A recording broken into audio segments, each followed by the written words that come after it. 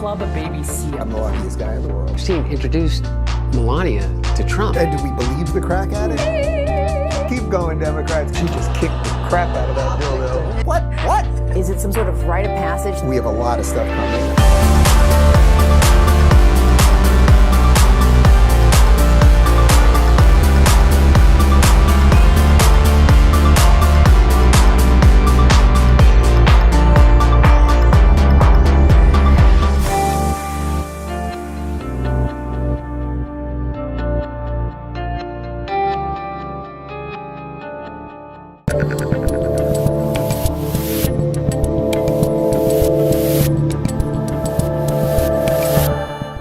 New season, new intro, old Dave. Hello, I'm Dave Rubin. This is the Rubin Report, and this is the official debut of season 14 of the Rubin Report. It is September 3rd, 2025. I hope you guys tuned in to our catch-up show yesterday. Big thanks to Jillian Michaels for bringing me back on the grid. It's weird. I cannot explain it properly with all of the words that I know as a guy that talks for a living. I know all the words, and it is extremely difficult to explain the sort of emotional, philosophical, existential situation as I walk back into the room and just get back into the circus. That's what it feels like, just getting back into the circus. But for those of you that did watch, or even if you didn't watch yesterday, I got caught up on everything that happened in August, and I said to Jillian right up top, I don't get the sense that I've missed too much, and I think I largely was right about that. The Trump-Putin thing that kind of happened, and subsequently doesn't seem like a lot's happening, and there was some racism stuff and a shooting, but it was just that the game continued to be played. So I hope, while I hope that you watch some of the stuff that we put up throughout the month, because we did pre-tape a lot of stuff and put up some good stuff, and largely that was to just stay in the algorithm, because if you don't put up content, you get kicked out of the algorithm, and then it takes us months for you guys to then see our videos again. That's just the nature of the YouTube game. I'm just happy to be back, and it's good to see everybody here, and we got a thick show for you. The world continues to spin, and more than anything else, as I said yesterday, I'm just appreciative of you guys for tuning in every day, giving me the opportunity to do what I love 11 months of the year, and then also escape and do something that I love for 1 month of the year. But I'm back.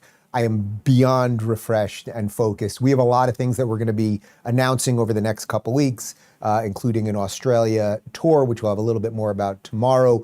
Copal will be back on sale next week. A couple other announcements coming, some big interviews, all of that stuff. But let's just dive right into the show today. And, actually, this is a perfect way to start, because one of the things that I thought was most interesting yesterday that Jillian and I got into was how, and you guys know this because you've watched the show for a while and you see the changing of the guard, but the sort of collapse of mainstream media that I'm always focused on, the ascendancy of new media, and then sort of how will it all sift out, right? Like, how will it end so that these things, they're both going to exist one way or another, whether you like one or hate one or whatever, they're both going to exist.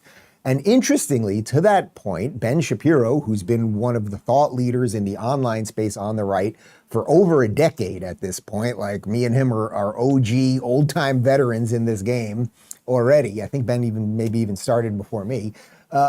He went on CNN on this Abby Phillips show, and we played a couple clips of Abby Phillips because she was going after Jillian herself. That was one of the things that went viral in August. And you know my feelings about Abby Phillips. I'm deeply unimpressed with this person. There doesn't seem to be a lot behind the eyes. She's got the thing in the ear. It's just a chair with her name on it at, I guess, 8 o'clock.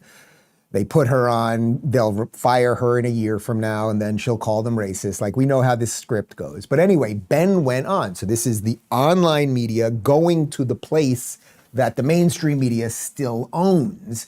And one of the interesting things is the disconnect between the level of, what would be the best way to say this? The level of stupidity and pandering that happens on these shows versus things that happen online that are just more real and hefty. And Ben is an extremely good purveyor of what is hefty intellectually. So here, we got a couple clips for you. Here is Ben calling out the left's double standards when it comes to Trump, particularly on foreign policy. predictable. I mean, I think this is the problem.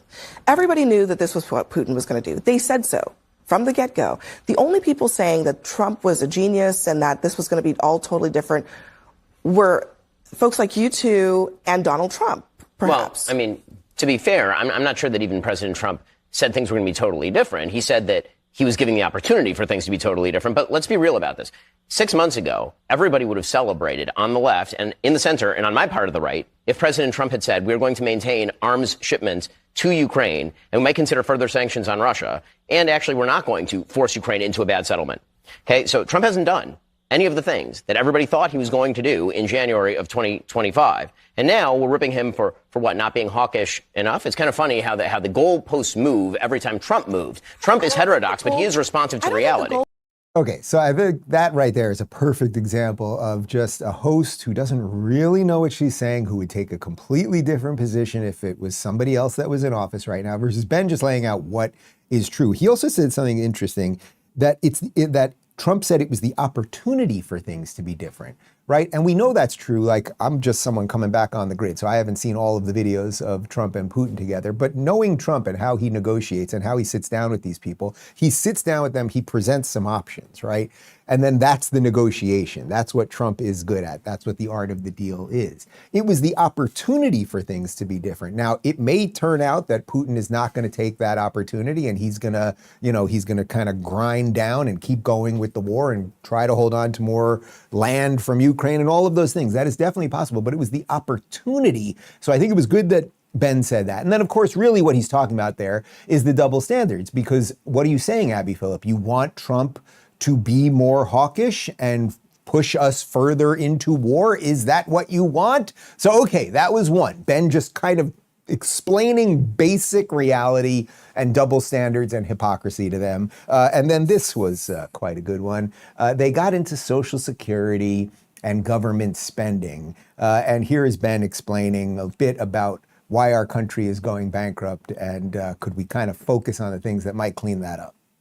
But if we really believe that we can't raise the retirement age and we're never going to change that, we will go bankrupt. And all the talk about cutting at the margins, you know, whatever Doge is doing, that's not going to touch the real driver of the systemic debt in the United States. Women are living to 85 if you make it to 65. Men are living to 83 if you make it to 65. That's 20 years on the public dime. When you're talking about, hold on, when you're talking about the government paying, you're talking about Social Security, Yes. which is people's money? Well, it is not the money you paid in. It's the system that they pay into. Well, no, you're every calling, paycheck stub. Yes, but believe me, I pay a lot in I my know, I Social pay into Social Security. I don't know about I promise you, but- the amount that people are taking out is not the amount that is going in, which is why we are going bankrupt. Okay, but it's not the government just handing out a blank check. No, it's the government people borrowing pay money to into pay. the Social Well, Security you pay in X dollars and then you get multiple times X dollars when you retire. That is how the system works. It is not a lockbox. This is what Al Gore was arguing about in 2000.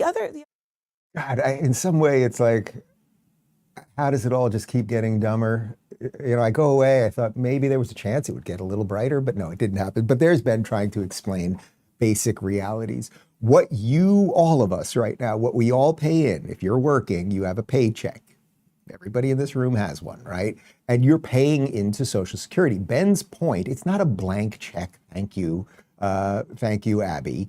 Ben's point is what you're getting back from Social Security is way more than you've paid in. So over time, that is going to keep adding to the deficit. And that really inherently is the problem. And also, as he points out, people are living way longer. So if you make it to 65, the people who make it to 65, don't croak at 59, they make it to 65, now they're living much longer. And by the way, that's going to continue with advances in science. That's going to continue with AI and new ways that people are looking at their health. And I don't know, a guy by the name of Bobby Kennedy who's getting people to eat better and think about their health and foods and environment in a different way, right? So that is going to continue. We're going to keep putting more and more people paying into a system that they're not paying enough as they take money out of, and they're going to be on the dole longer. So he calmly explains that. Then they're all like, but what we pay in, like, okay, thank you. That is first grade analysis.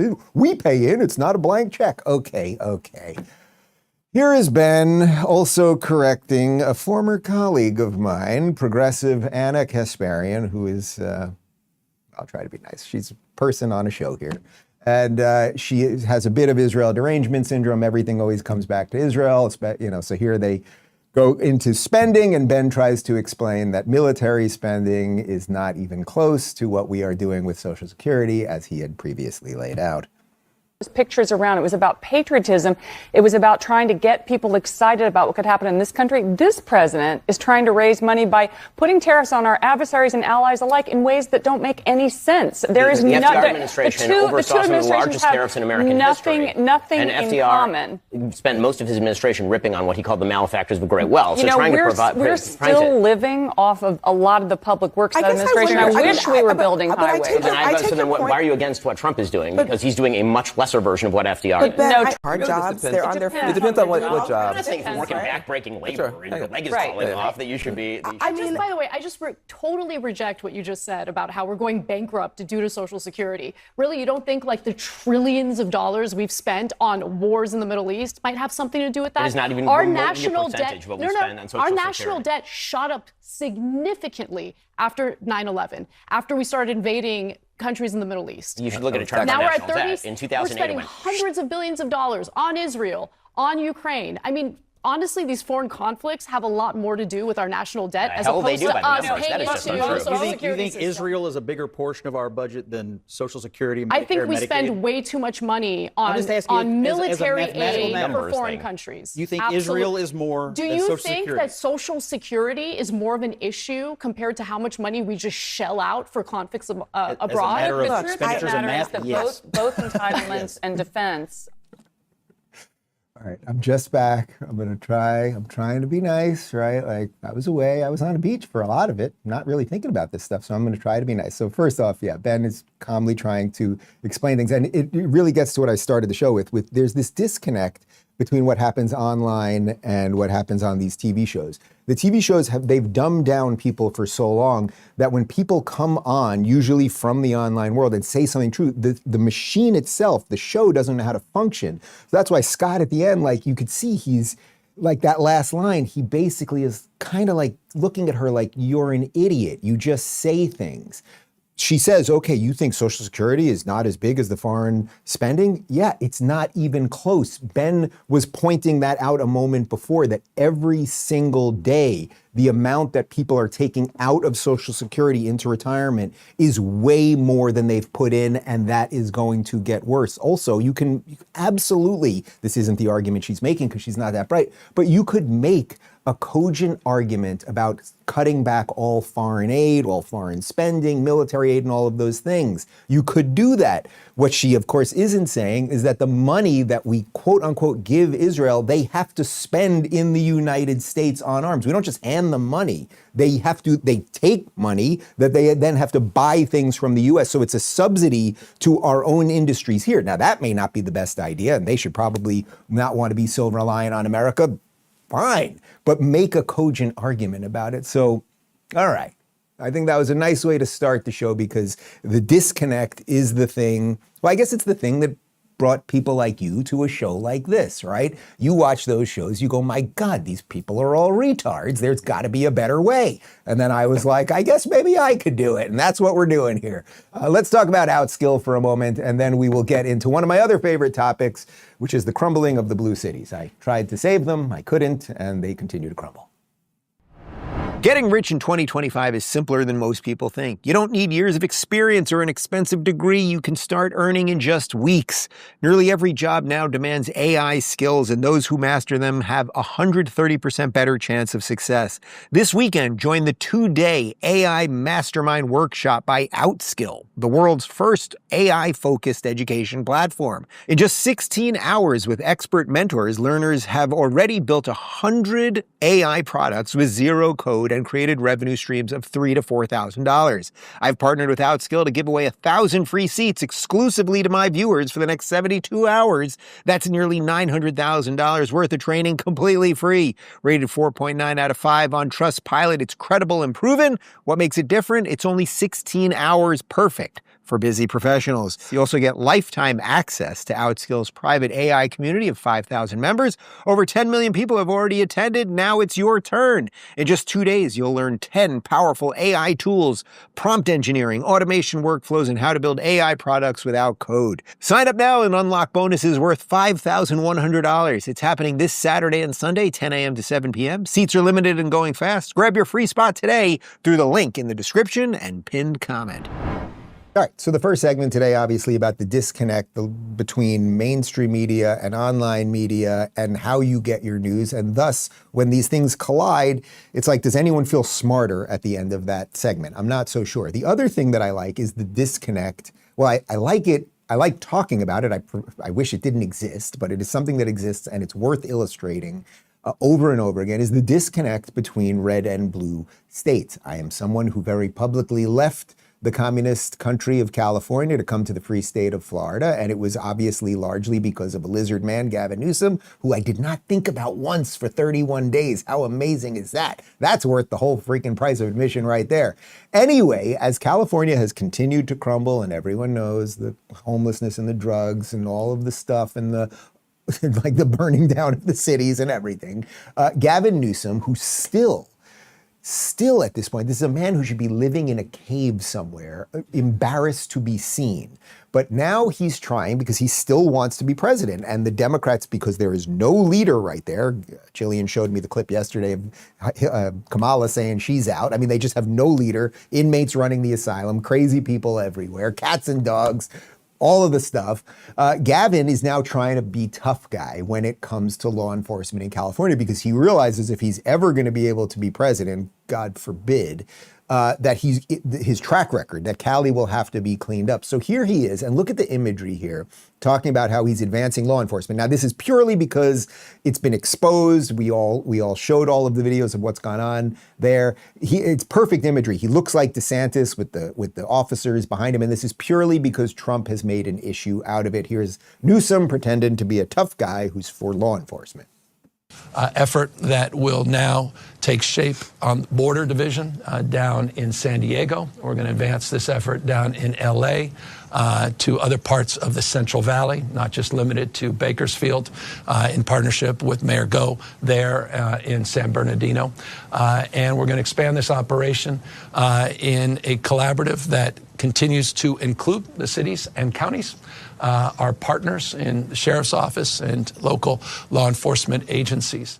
So look, this guy needs to be exposed. At every turn, he needs to be exposed, because he probably is the most dangerous politician in the country, because he has endless ambition, a completely out of control ego, and I would say no heart or soul. That's what I would say. But you can see, isn't it interesting? Isn't it interesting, Gavin? And I'm still trying to, is he still doing the podcast? They never responded to us after we had a little back and forth. I don't know if the podcast, if he's still doing it, but he's still welcome on this show, and I'd be happy to go on his show, both of them live, no edits.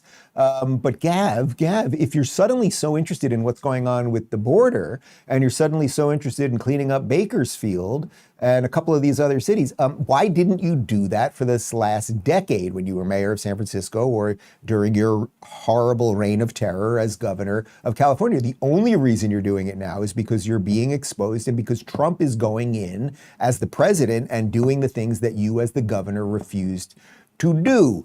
Here is Trump. I guess one of the big things that I missed over the time away was that Trump started sending in some troops into DC, into some other places. This was obviously happening a little bit as it pertained to immigration, but well, more than a little bit, with ICE going into some of these cities. That was happening July and June.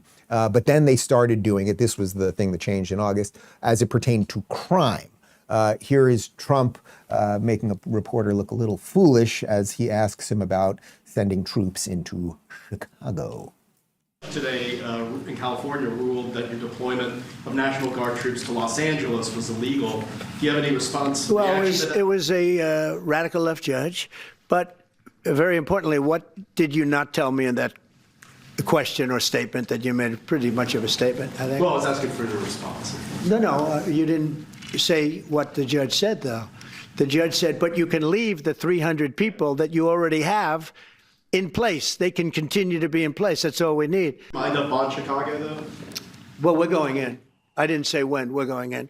When you lose, look, I have an obligation. This isn't a political thing.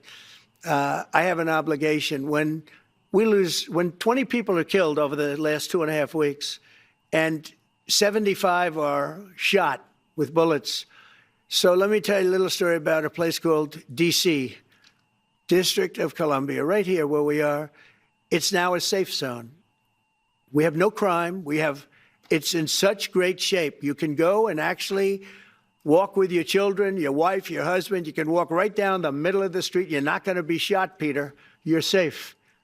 Everyone likes you anyway. They probably wouldn't do it. I really love him. I actually missed him. I don't know that anyone's ever said that. We're so inundated with Trump stuff all the time. But right, like it's you can walk down the street with your family and you're not going to get shot. Like, by the way, you can do that in Florida and you're not going to get shot either. But the point is, he's right. He says, I have a responsibility. He's the chief executive of the state. Is it compassionate or kind or progressive or anything else to just do nothing when 20 people are shot and murdered over a weekend in Chicago? And we jokingly have done it for years, right, on this show. How many people were shot in Chicago? It's not that it's funny. It's that it's so profoundly absurd that the progressives don't care. And of course, we know why they don't care. We know why the Democrats don't care, because it's black people shooting black people. And that just simply does not work in their intersectional calculator. But what did Trump do apparently during August? Learned a little bit about it yesterday. Was he said, okay, we have this horrific crime situation in DC. That's absolutely true. And we are going to clean it up. And now he's saying it's clean. So we can do it. What's the DeSantis line I love? Decline is a choice. It is a choice. Here's a bit more from Trump on what's going on in Chicago. 6 people were killed and 24 people were shot in Chicago last weekend. And JB Pritzker, the weak and pathetic governor of Illinois, just said that he doesn't need help in preventing crime. He is crazy. He better straighten it out fast or we're coming. MAGA, President Donald J. Trump. So look, I think you guys know my feelings on this. Do I love the idea of the federal government going into states and cities and having to do these big cleanup jobs? Of course not. We want the federal government to focus on the things it's supposed to focus on, like the border, right? Like making sure that we have fair trade policies and the other great things that Trump is doing. I don't know, bringing around world peace, that kind of thing. That would be good. However, if the states and the cities absolutely refuse to do the basics is, I don't know, can I walk out on the street in Chicago, once one of the great cities of the United States of America, and not get shot and or raped? Pretty low bar, but they seem to not do it there. And it's not just that they don't do anything about it. Then they actually obfuscate that there's a problem at all. This is an interesting one. This is a woman who was hospitalized by a repeat offender in Chicago. She's talking about it to the news. I think we're going to see various headshots of this guy, and you'll be able to count actually how many times he was arrested. 13 mugshots of Livingston going back to 2012. A large number of those arrests for aggravated assault and battery of both women and police officers, something Miles found out after the fact. Like, what is enough? You know, what does someone have to do where they're going to be held accountable? According to online records, Livingston's history of random acts of violence against women goes back 8 years. In 2017, he was accused of randomly attacking 2 women months apart. Both cases were dropped. In 2022, Livingston was sentenced to 5 years in prison after prosecutors said he punched and attempted to rob 4 women within 20 minutes in the Loop. And yet, just 14 months later, in 2023, while on parole, Livingston was arrested for hitting a woman in the face on North Michigan Avenue. And in 2024, he was sentenced to 100 days in prison after punching a 15-year-old girl, also on North Michigan. You know that guy's going to be the mayor of Chicago within like 5 years. Livingston, I'll kick the shit out of a bitch. Can we put the mug shots up again for a second? Because it is not easy. You know, when people take a mug shot, you're usually just going to get the standard, one of those. But this guy had a different look in each mug shot. He had different hair in each mug shot and everything else. So this, then he's got. There you go. I like that one.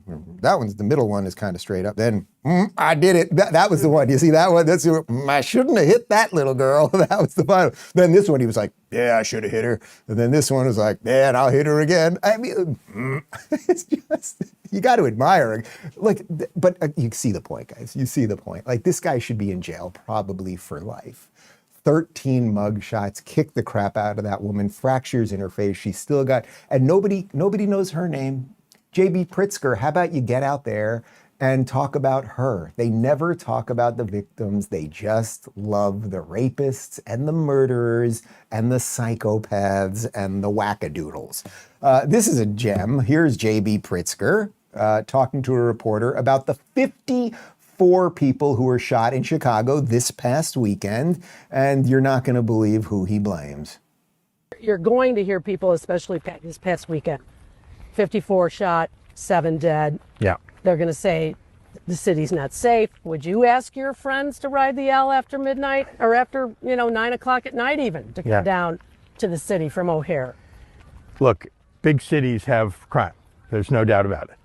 But let's just pay attention to what President Trump is doing targeting Chicago. He's overlooking red states that have much higher crime rates.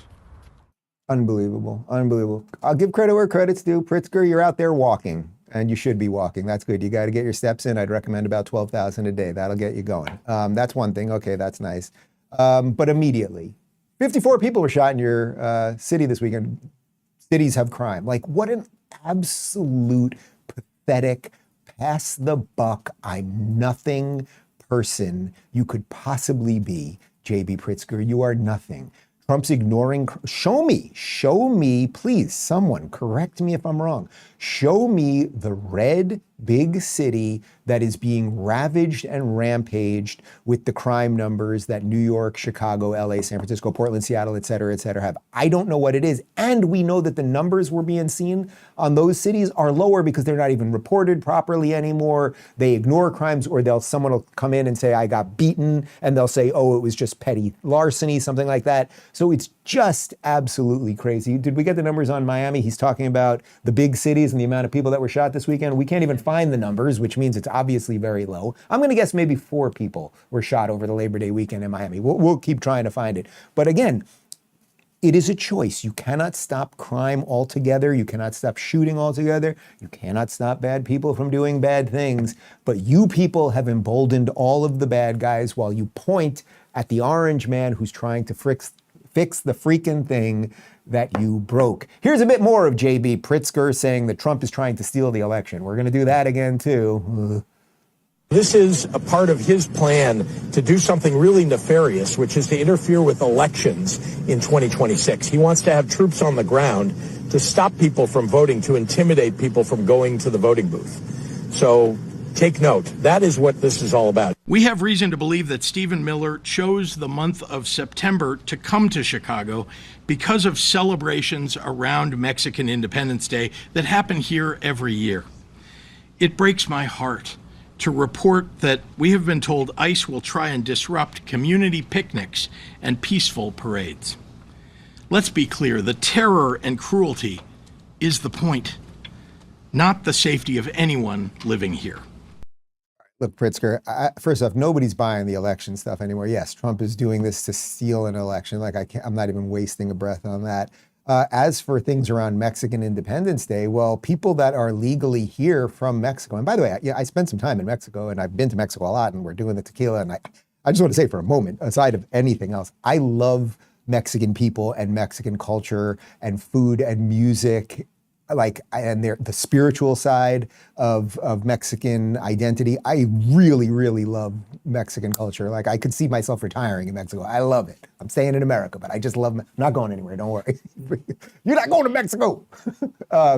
However, Pritzker, if there are people celebrating in America Mexican Independence Day, as long as they're American, then it's not going to be a problem. You are all just ridiculous. But speaking of ridiculous, if you think Pritzker is ridiculous, the guy who really is ridiculous as it pertains to the state of Illinois is the mayor of Chicago, Brandon Johnson. We've played a lot of videos of this guy over the years. He's a complete and utter racist. He tells I don't even know how he gets away with it, but I guess he can just kind of get away with anything these days. He literally tells the public he's hiring and doing contracts with black-owned businesses, which is against the law. He has destroyed the city. He never takes blame for anything. Here he is saying that the violence has nothing to do with illegals. He of course doesn't address who's actually shooting who, and then he wants people to fight against Trump. In closing, violence in Chicago is not because we have too many immigrants. It's because we have too many guns. So our message to Trump continues to be the same. Stop posting truth socials. Stop making statements. Stop threatening to send troops or ICE. Stop defunding our communities. Just do your job and end the trafficking of guns into our city. Are you prepared to defend this land that was built by slaves, a land that was built by indigenous people, a land that is built by workers? Are you prepared to defend this land? Chicago was built by slaves? Maybe I think that guy's map is upside down. Okay.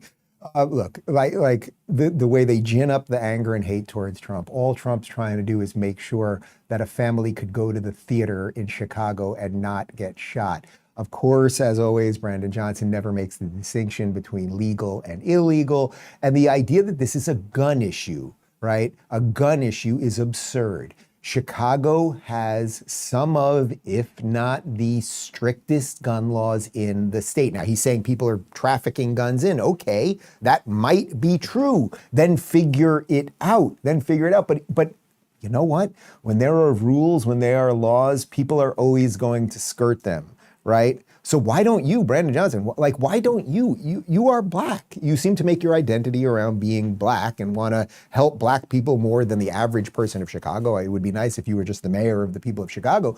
But why don't you care that so many black people are being killed in Chicago? You might want to think about that, Brandon Johnson. And is that right, what you're showing me right now? Apparently, Brandon Johnson's approval rating, 6.6. You didn't leave a digit out there? 6.6%, according to M3 Strategies. So that guy has a very short rope right now. This is great. So I missed this. Apparently, this was about a week ago. Brandon Johnson, mayor of Chicago, went on Joe Scarborough's show. And you know Joe Scarborough on, I guess I can't call it MSNBC anymore, or MSNBC 13, or the televised, it's a televised, now it's the televised mental institution of MS Now. That doesn't roll off the tongue. In any event, Joe Scarborough, who once in a blue moon, clock broken twice a day, you know the saying, it's going to get something right every now and again. Here he is, Joe Scarborough, expressing frustration about Brandon Johnson for not being okay with Trump trying to fix some things.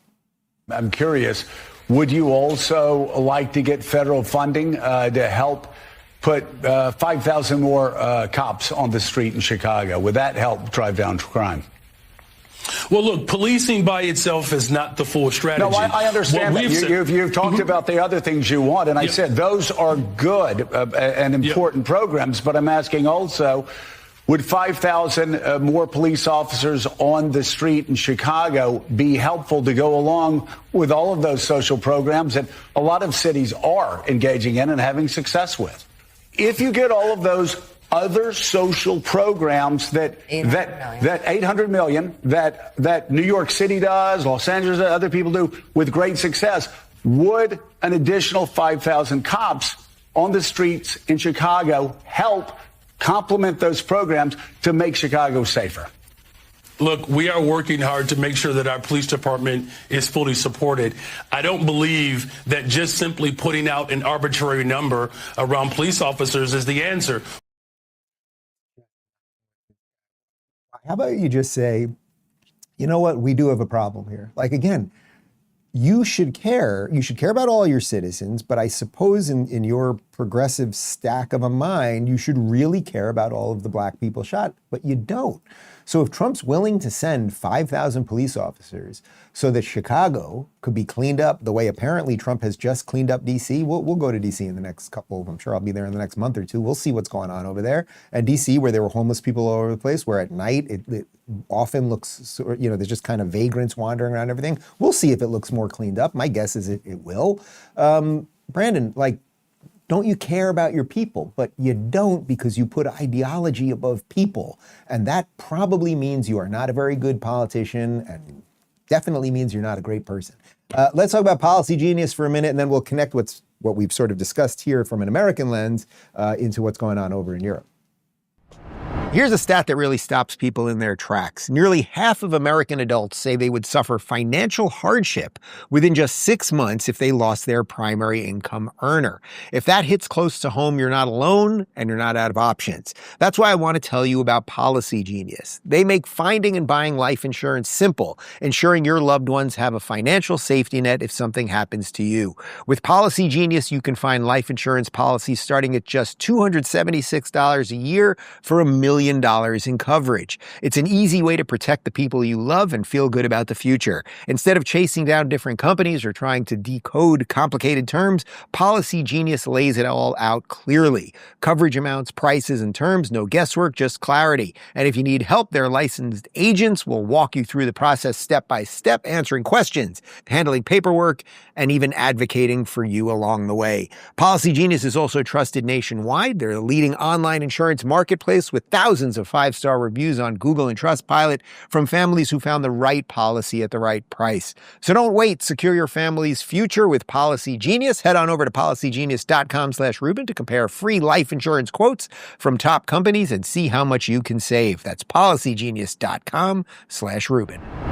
All right, so far we've covered some of the topics that always interest me, right? The big one, I would say, is the online versus mainstream media, and how when they come together, there's always this weird conflict because the gap is so huge. That's one. The other one, as we just illustrated, is the divide between red and blue. And you could just see in blue cities, they seem to want more of the chaos and disaster and everything else. And in this case, we happen to have a president who's red, Republican, trying to fix it. They don't like that very much. Another thing that I'm always interested in is how the things that are happening here in America seem to be happening across the world, all right, all over the globe. So this I thought was particularly interesting from Le Finiter, who's an ex-commentator in Europe. Listen to this and look at that chart right there. Rates of robbery in Western European countries over the past 250 years. The figure illustrates that robbery was largely unknown in European cities throughout the second half of the 19th century and the first half of the 20th century. But since the early 1960s, the number of police-recorded robberies has exploded. Maybe this can be in part attributed to more reporting and better recording, but a large proportion certainly reflects a real change that is unparalleled in modern European society. So reporting might be a little bit different and all of those things. He's acknowledging that, but you don't have to be a wizard to look at the hockey stick of a chart right there. And basically, suddenly, since the 1960s, in Europe, you're getting all of this crime. So what has happened in the 1960s, taking into account that reporting might be different, technology is different, all of those things? Well, there's some serious problems. Listen to this from the rabbit hole on Twitter. Sex crime arrest rates for foreign nationals in England and Wales. So in England and in Wales, the people who are doing the most raping, basically, and sexual molestation are from Sudan, Afghanistan, Eritrea, Iran, Iraq. We can go down the list. That seems like a problem, right? Now, it doesn't matter, obviously, if the rapist is a native-born Brit or someone who just got over there from Afghanistan, but you might want to think about that a little bit. Elon saw that and he retweeted it. He wrote this: "The rape of Britain. Remember to drop a white feather for the cowards who failed to stop this." Why, if you were a British politician over the last 20 years, would you have not said, boy, bringing in all of these people, we have these Pakistani grooming gangs and they're raping all of these people, and London, I mean, trust me, every single time, I've been going to London probably once a year for the last 6 or 7 years, something like that. Like, London gets worse every single time. You can really see how it's cordoned off really between ethnicities. Like, it's not good. Why did nobody step up and do anything about it? Well, here's another example, because it's not just the UK that this is happening in. This is a commentator by the name of Nima Yamini talking about how European girls, that ultimately, when you have all of these open door policies and we're nice and we're progressive and everyone can come here and all cultures are equal and nothing's good and nothing's bad, well, it's the young girls who are going to pay the price first. You ever wonder why so many European girls are paying the price for these stupid woke immigration policies? I have a home in Germany since 2020, where my wife is from. So I'm gonna try to explain to you what's going on in Europe if you're not from there. You see this 16-year-old Ukrainian refugee in Germany? She was murdered by a beast Iraqi migrant who was set for deportation. These two Afghans raped girls that were 13 and 15 in Germany. In Morocco, these girls from Sweden and Norway went on a hike, then they got raped and beheaded by ISIS. And then the government downplays the whole story, which is crazy. In England, citizens get jailed for offensive posts, over 10,000 a year. By the way, you see this lady? She's in charge of what defines offensive post and who gets arrested. While violent gang walk free who raped British girls, basically. Don't think it can't happen here in Europe and America, because it can. And believe it or not, it's already starting. Yeah, it is already starting. And my guess, sadly, is that for Western Europe, it's largely done. I think Britain is just screwed. I think Spain is screwed. I think Italy is probably going to be okay. I think France is really effed. I think you know my feelings about Eastern Europe, Poland, some of those countries are going to be fine. Central Europe, Hungary particularly, I think is going to be fine. But we're confronted with some of this right here. It is starting to happen, and we have to take it seriously. Eva Vlaardingerbroek, who I've had on the show multiple times, she's a wonder. She's a great human being, but she's really become an outspoken voice, particularly for women in Holland, the Netherlands, and really for women, I would say, all across Europe. And she's become a real, I would say, anti-illegal immigration activist. But you could also say in her context, you could say anti-legal immigration because they've legalized so much of the ridiculous immigration situations. Here she is talking about the Rotterdam rapes and how that's happening across Europe and just why don't people care? However, it is time that someone says the truth about those rapes. They aren't incidents. People need to understand that the Rotterdam rapes that we heard all about on X, thanks to X actually, didn't just happen in Rotterdam. They happen all over the continent.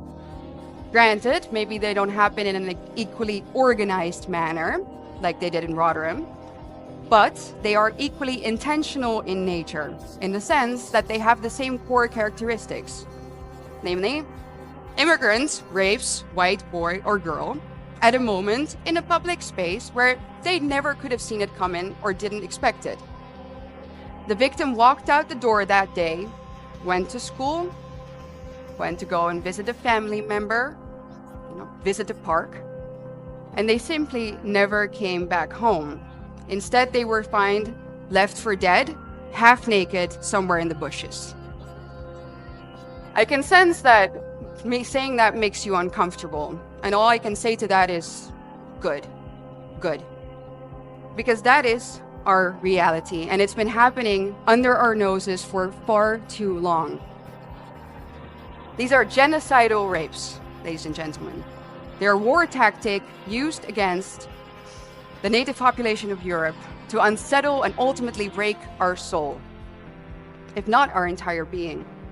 Yeah, it's chilling. It's scary. It's serious stuff. And it was done, I would argue, intentionally, for some godforsaken reason by the leaders of Europe. We have a party now, the Democrat Party, here in this country who has let in an untold amount of people. By the way, Republicans not great about it either. Trump's gotten it much better and we have the border under control. We'll have a story in just a second. We still have to figure out how many people we have here and how many people here who are here legally who would love to destroy this country. That's what we have to figure out.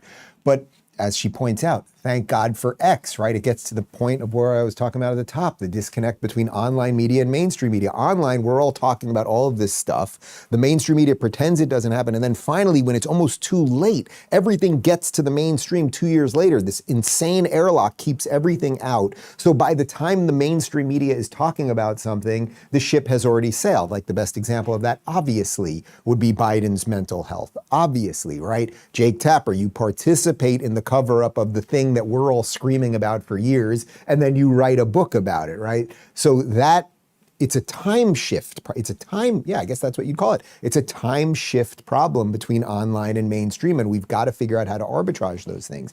But in the UK particularly, the issue here has now become directly connected to free speech because Keir Starmer, the pathetic Prime Minister of the UK, yes, while he has people outside every weekend calling for genocide and taking over cities and making it rather unpleasant for many people, particularly in London, he's arresting people for posting mean things online, and he's bragging about it. 400 people now have been arrested. 100 are being charged, some in relation to online activity, and a number of them are already in court. And I'm now expecting substantive sentencing before the end of this week. That should send a very powerful message to anybody involved, either directly or online. It's not protest. It's not legitimate. It's crime.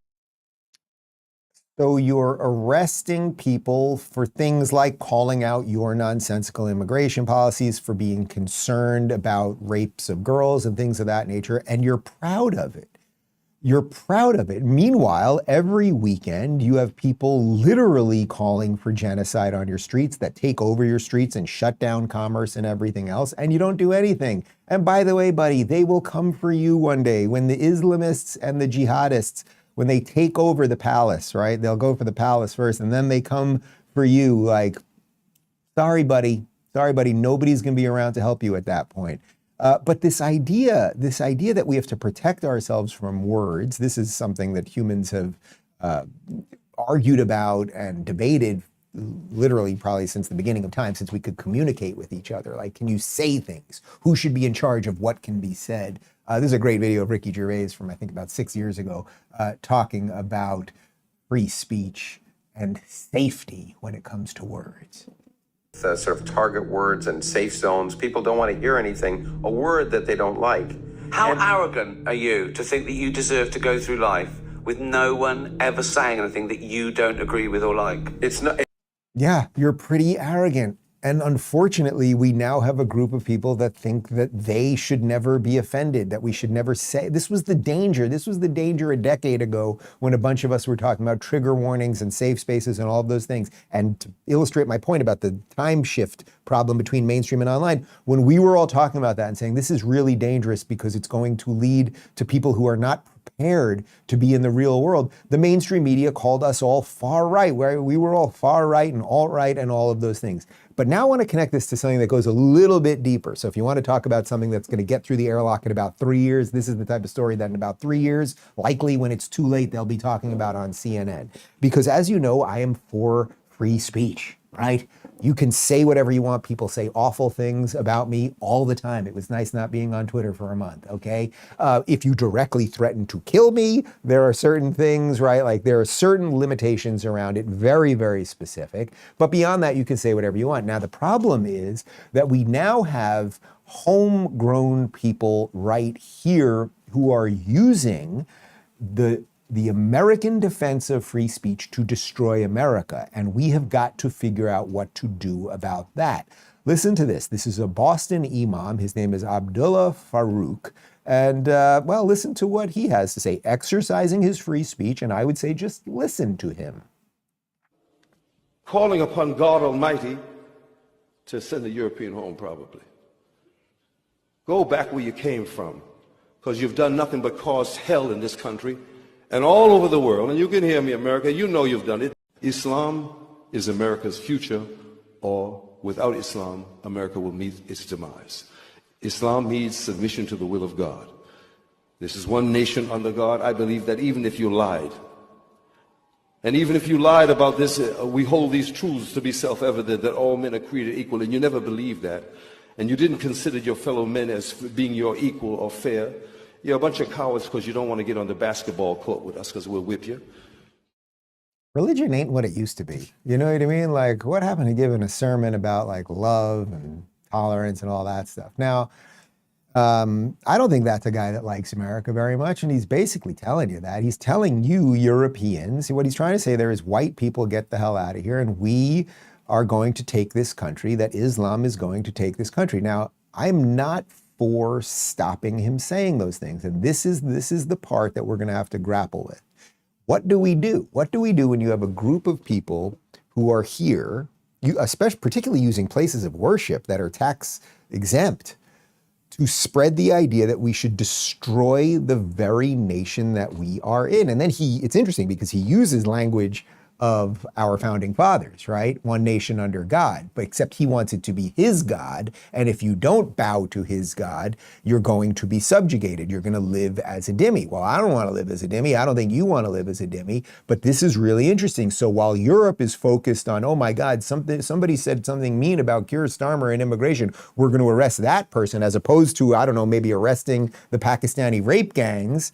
While they're doing that, we have a different homegrown situation. And I'm telling you guys, the airlock situation on this one, 3 years from now, everyone on mainstream media is going to be talking about that sort of thing. And that's why I'm trying to address it now. Apparently, a bunch of people thought Trump died over the weekend, and they're focusing on that over on MSNBC now. We'll talk about that in a second. But first, Tax Network USA. If you're stressed about back taxes, maybe you missed the April deadline or your books are a mess, don't wait. The IRS is cracking down and penalties add up fast. 5% per month, up to 25% just for not filing. But there's help. Tax Network USA can take the burden off your shoulders and stop the spiral before it gets worse. They've helped thousands of Americans, employees, small business owners, even people who haven't filed in years. Messy books, no problem. They've seen it all and they know exactly how to clean it up. With direct access to powerful IRS programs and expert negotiators on your side, Tax Network USA knows how to win. You'll start with a free consultation, and if you qualify, they may even be able to reduce or eliminate what you owe. They'll also help protect you from wage garnishments and bank levies. So don't wait for the next IRS letter to show up in your mailbox. Take action now. Call 1-800-958-1000 or visit tnusa.com/Dave to talk to a real expert at Tax Network USA. That's 1-800-958-1000 or tnusa.com/Dave. Take the pressure off and let Tax Network USA handle your tax issues. All right, so we've talked a lot about the disconnect between online and mainstream, the airlock, the slow roll of everything, how there seems to be a machine in place that just lies about everything, Russia, Trump, COVID, blah, all of the stuff, and then pretends it has nothing to do with any of it. And over on that's what I'm gonna have to say. All right, we're gonna work on a better catchphrase for it or something. And MS Now, Jen Psaki, who was a paid liar for the Biden administration as spokesperson for Biden, who lied about everything from his health to to the border and all the stuff. Then she gets a job as a journalist at MSNBC. You gotta love it. Well, apparently on Twitter over the weekend there was a trend with lots of views that Donald Trump had died.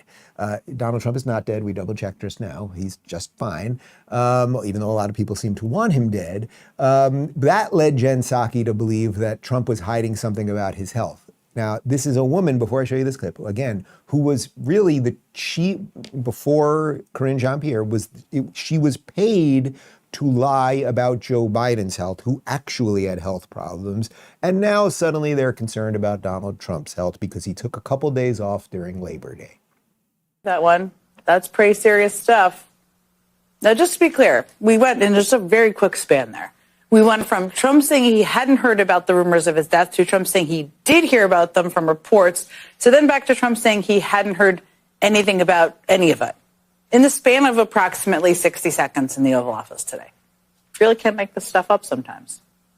And look, we may never know why Donald Trump suddenly spent a week hiding entirely from the American public. Man, I don't know if it's from being off the grid or what, but I don't think I live on the same planet as these people. Like, their ability to lie and to be part of something that then when they're on the other side of it, they act completely differently, it's actually extraordinary. Like, I'm genuinely fascinated by that psychological makeup. You ran cover for Biden, who had dementia, who apparently now has cancer, who God knows what else he had, who governed by an autopen. You participated in all of that, and you're pretending that Donald Trump, who works 24 hours a day, who's bouncing all over the world, who relentlessly answers reporters' questions, who goes out of his way in press conferences to talk to people, while you hid the other guy. It's absurd. This is just nuts, but here's Trump responding to the rumors that he was dead, which by him standing How did you find out over the weekend that you were dead? You see that? No. People didn't see it for a couple days. 1.3 million user engagements as of Saturday morning about your demise. Really? I didn't see that. You know, I have heard it's sort of crazy, but last week I did numerous news conferences, all successful. They went very well, like this is going very well. And then I didn't do any for 2 days, and they said, there must be something wrong with him. Biden wouldn't do them for months. You wouldn't see him. And nobody ever said there was ever anything wrong with him, and we know he wasn't in the greatest of shape. Right, that's the point. And I do want to say, you know, as someone that just took a month off, I took a month off to recharge. I feel really sharp right now. Like, I tried to declutter my brain. I tried to take care of my body and my mind and my spirit and all of those things. Trump never takes any time off. Try to imagine, and the age factor with this guy, right? He's not a spring chicken anymore. He's out there all the time. And that someone like Psaki would have the balls to talk about Trump's health after what she just did, it's absolutely extraordinary. Now, but as you know, like everything with these people, their entire worldview, their entire like existential purpose in life is defined by Donald Trump. And it's not just him. So Tim Walz, there's another guy I didn't think about for a month. Tim Walz, here he is telling reporters that he does hope that Trump will die soon. You get up in the morning and you doom scroll through things, and although I will say this, the last few days you woke up thinking there might be news. Just saying. There will be news sometime, just so you know, there will be news.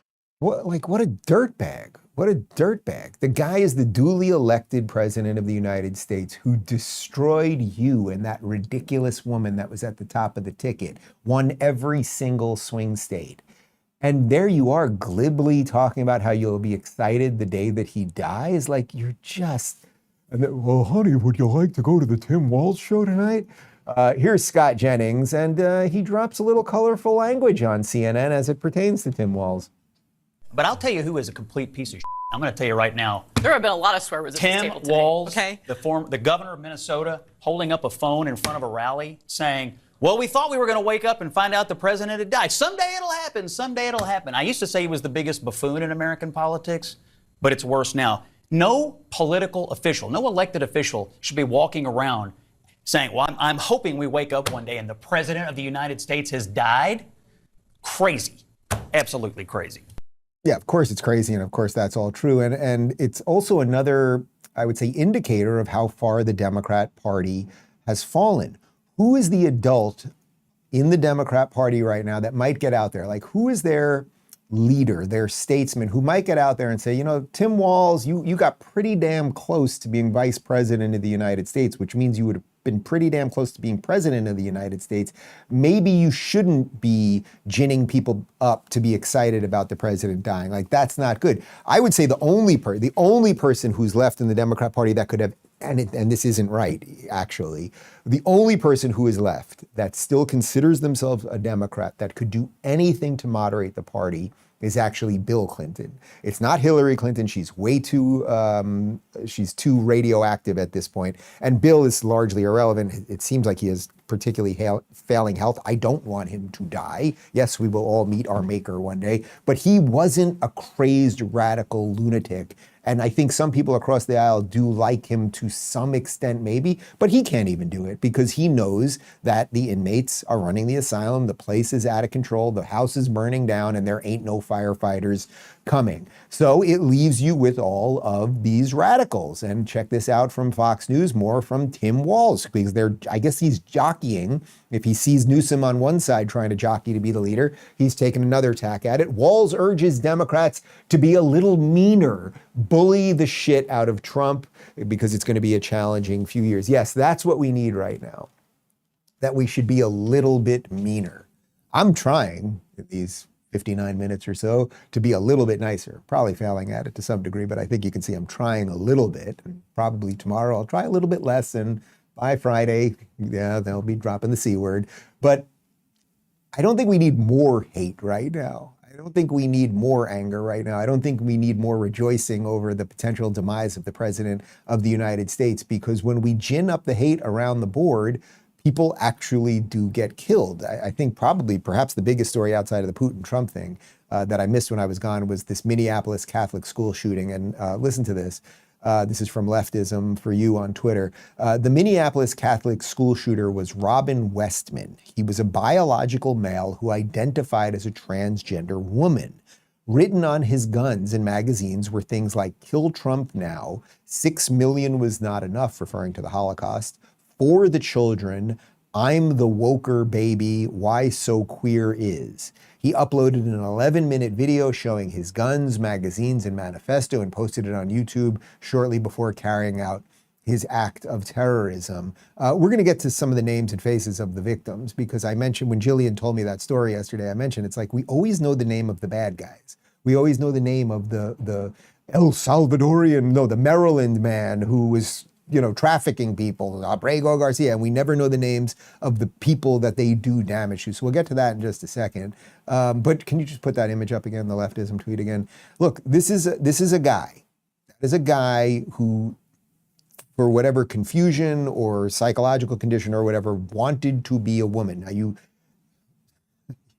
after being away for a while, you cannot change your gender, but as an adult, if you want to live however you want to live, okay, so be it. But there obviously was a psychological condition there. And then to write things on the gun, like you want more, I guess you weren't happy with the amount of Jews that were killed in the Holocaust, okay, and you want Trump to be dead and everything else. It's like, Tim Walz, do you realize what you guys have done? The psychological condition that you have left young people in the United States with, telling them the earth is going to end in 12 years, 6 years ago, AOC, because of climate change, right? Telling them that Donald Trump was racist and was Hitler, telling them that this place fundamentally was founded on slavery, to hate freedom, to hate capitalism, to hate free speech, to be afraid of things that might offend them. If you do all of that to several generations for a while, then horrific things happen. And this from Benny Johnson, a bit on the victims of that shooting. These are the innocent faces of the victims of transgender violence. 10-year-old Harper Moisky was murdered. 8-year-old Fletcher Markell was murdered. 13-year-old Andre Gunter is recovering after surgery. 12-year-old Sophia Forchas is fighting for her life in the ICU.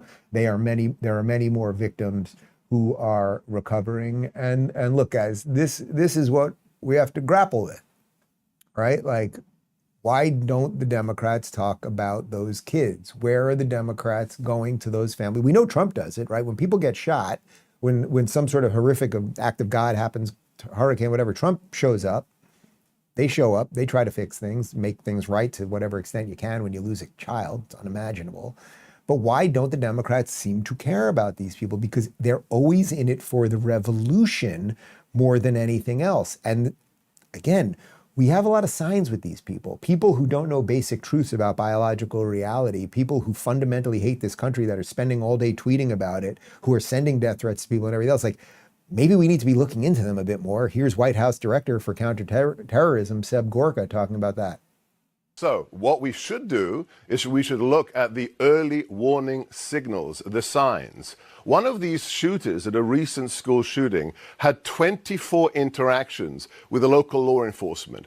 Now, that beggars belief. We should be providing off-ramps. We should be providing mental health options for these individuals. I find it hard to believe that an individual goes from getting his mother to sign a change of name certificate, age 17, and then just a handful of years later is mowing down innocent children in a church pew during a Catholic mass, and nobody realized there was a problem. That's what we have to address to save the next children from the next atrocity. It's not about the sexual proclivities of the individual. It's the fact that nobody seems to notice a very disturbing pattern towards violence. You don't wake up one morning saying, I'm going to do a video on YouTube threatening to kill the president, targeting Jews, targeting children. That doesn't happen overnight. Somebody saw that degradation, somebody saw those mental issues and said nothing. That's what we have to prevent. The early warning signals must be addressed if children's lives are to be saved. That's good. That's good, and that's true, and that's right. Well done, Seb Gorka. It's not, and again, there's a societal problem to all of this because of the way they've ginned up the fear with young people. And then there's layers of this that I don't even think that me at the ripe old age of 49 really understands, who have been brought up in the age where they handed you this thing at 5 and they were just like, okay, go, we're at dinner, go get on this thing, let's see what happens. And all of the crazed information that you're getting and all of the rabbit holes of the internet and all of you're opening up a portal to the world so that not only your young child has access to everything, but then anyone has access to them. And then we left all of these young people in this horrific state of confusion. So we're gonna have to figure out how to deal with some of this stuff. Now, this is great. This is really great. Some of this has obviously been a little dark the last couple of minutes, but this is really beautiful. This is from Libs of TikTok. And over at Temecula Valley Middle School in California, a bunch of young boys did a walkout to protest the woke policies that were allowing young boys into female restrooms. This is just great. All right, boys, why are you here today and why should we protect girls in the bathrooms, locker rooms, and sports? For fairness. For fairness. Fairness? I'm here to support my friends because they're suffering from a transgender guy that has a men's, and the woman should not be doing that because it belongs to the women's locker room. I don't think it's all right. It's not good. I feel like women have the right to be disgusted if a boy is changing in the girls' locker room. Yeah. That'll give you some hope right now. I mean, those kids know more about basic biology than anyone in the Democrat Party. What does that tell you? Even the way he has to say it, because he's a kid. He's a kid and he's trying to basically explain, there's a chick with a wang and like, come on.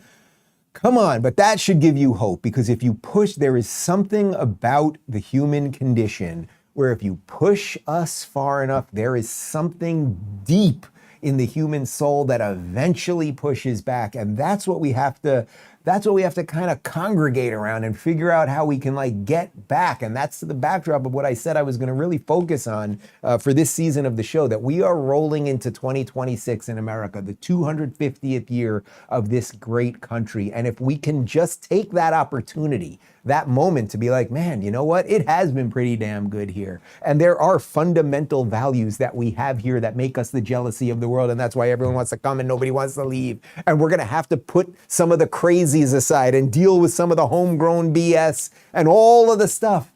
Then there is just an incredible bright future. There really, really is. And I thought we'd end the show on this is a throwback video. We've shown you this, I think, once before. But my buddy Clay Travis was doing a talk and really explained, I think, the difference between putting aside politics for a moment, the difference between what has happened with men and women as it pertains to political parties. Or what is it that people who are not, as Magdalene said, people who don't understand why? That's my first question. I have a second one, but go ahead. Okay, so what I would start with is men aspire to be bigger, stronger, and faster than we are, almost universally. That's why superheroes are popular. That's why pro athletes are popular. Who is the most masculine Democrat right now in America? And there's Mayor Pete.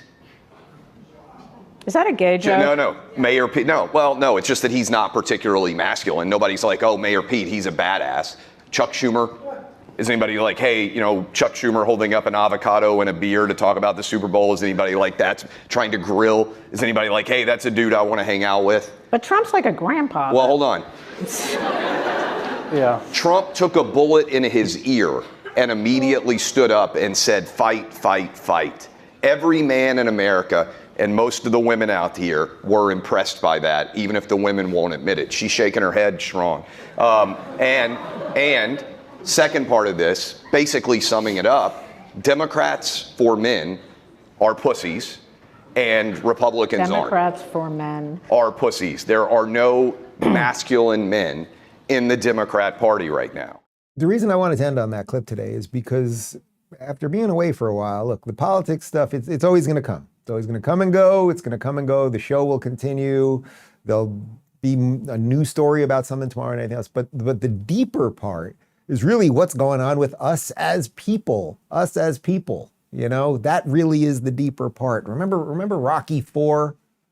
Remember Rocky IV when Apollo's about to get back in the ring with Drago? And he's old at this point. He hasn't fought in 5 years, and Drago's huge, and everyone knows that Apollo's going to get mauled.